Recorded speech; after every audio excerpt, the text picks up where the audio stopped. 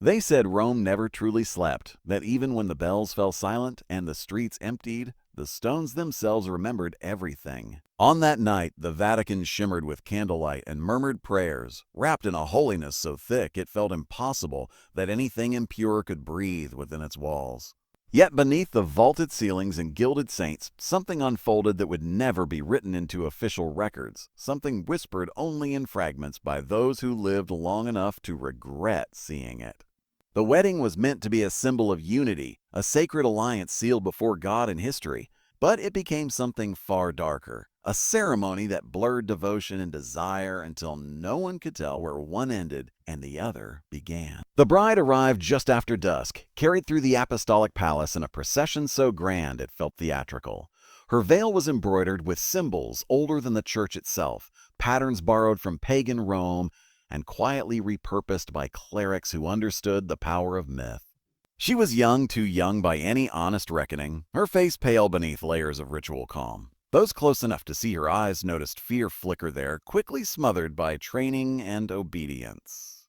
She had been raised for this moment, taught that her body was not her own but an instrument of divine and political will.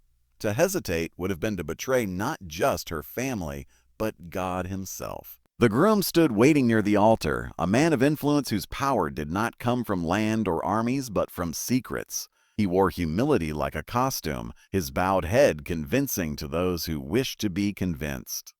Few knew his past and fewer still his appetites, but everyone understood what this marriage represented. It was not love that bound them, but necessity. The church had long mastered the art of sanctifying arrangements that would otherwise be called transactions, and tonight was another such triumph.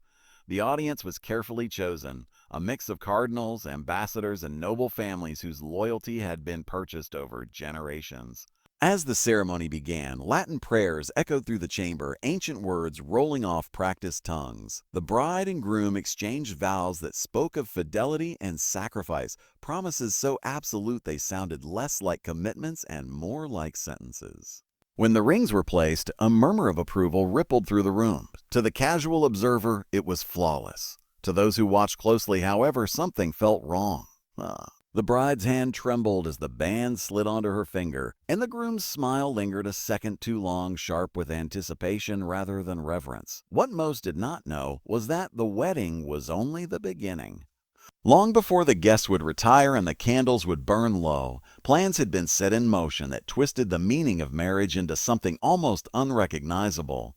Hidden chambers beneath the Vatican, rooms older than many nations, had been prepared in silence. Servants sworn to secrecy moved like ghosts, laying out silks and oils, arranging symbols that did not belong to any Christian rite. This was not the first time such spaces had been used for purposes the church would publicly condemn, but it was rare for so many to be involved, rarer still for it to happen on such a visible night.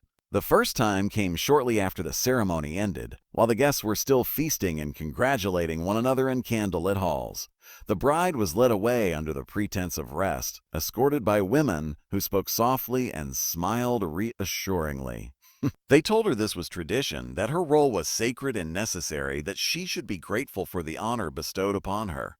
When the doors closed behind her, the air changed. The room was warm, heavy with incense that dulled the senses. The groom entered not alone, but accompanied by an older cleric whose authority radiated without a word. What happened there was framed as a blessing, a consummation multiplied by ritual and power. The bride lay still, repeating prayers in her mind as she had been taught, detaching herself from the moment.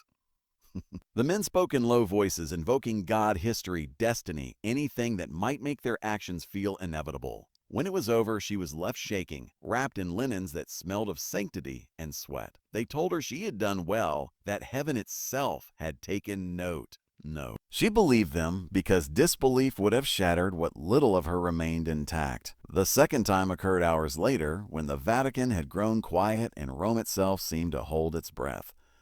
The bride was summoned again, this time to a different chamber, deeper within the complex. The walls were bare stone, marked with symbols half erased by time. Here, the audience was larger, though still carefully controlled. Several men watched from the shadows, their faces obscured, their presence justified as witnesses. The groom stood at the center, his expression solemn, almost priestly. He spoke of continuity, of ancient obligations passed down through centuries, of how some unions required more than a single act to be sealed. This ritual was colder, more formal, stripped of even the pretense of intimacy.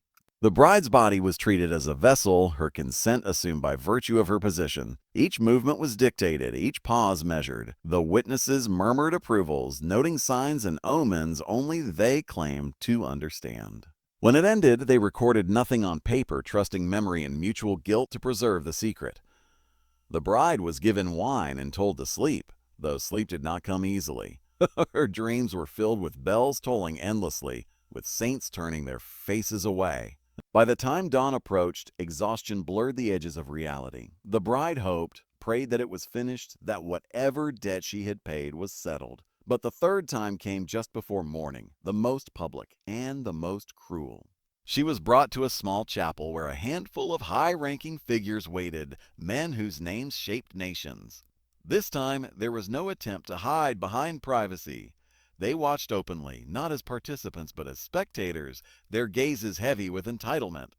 The groom performed his role with rehearsed gravity, each gesture designed to appear sacramental. This final act was presented as confirmation, the ultimate sealing of vows before witnesses who represented both heaven and earth. The bride felt herself disappear beneath their attention, reduced to a symbol enacted for others' benefit. She focused on the light filtering through stained glass, on the image of a suffering saint whose painted eyes seemed to meet hers with silent understanding. When it was over, the men nodded, satisfied. The debt was paid 3 times over. The marriage was complete in ways no scripture could justify. As the sun rose over Rome, the Vatican returned to its familiar rhythms. Bells rang, priests prayed, tourists gathered in the square unaware of what had transpired hours before. The bride emerged dressed in white once more, her expression serene to all who saw her. She had learned in a single night the most important lesson of power. That holiness could be used to excuse almost anything, and that silence was the price of survival. The groom stood beside her, every inch the devoted husband, already planning the future benefits of his new alliance. Those who witnessed the night carried its weight differently. Some justified their actions as necessary evils, others buried their memories beneath layers of ritual and routine. A few were haunted, waking in the dark with the sense that something sacred had been irrevocably broken. But none spoke openly. The Vatican had endured for centuries precisely because it understood how to absorb scandal without leaving a trace. Stories like this one survived only in whispers, passed from dying lips to those who might one day recognize the patterns. Years later, historians would puzzle over subtle shifts in policy, sudden alliances that seemed to emerge from nowhere. They would note the bride's distant demeanor, her devotion to charity and withdrawal from public life. Some would speculate about hidden traumas, about sacrifices demanded by institutions that preach compassion. But without proof, such thoughts remained academic, safely contained. The darkest truths of that wedding night stayed buried beneath marble and gold, protected by the same walls that had witnessed them. And yet, the stones remembered. They remembered the trembling hands, the whispered justifications, the way sacred words were bent to serve human desire. They remembered 3 times in one night, while everyone watched or chose not to. In the quiet hours before dawn, when the Vatican stood between darkness and light, a line had been crossed that no prayer could fully erase.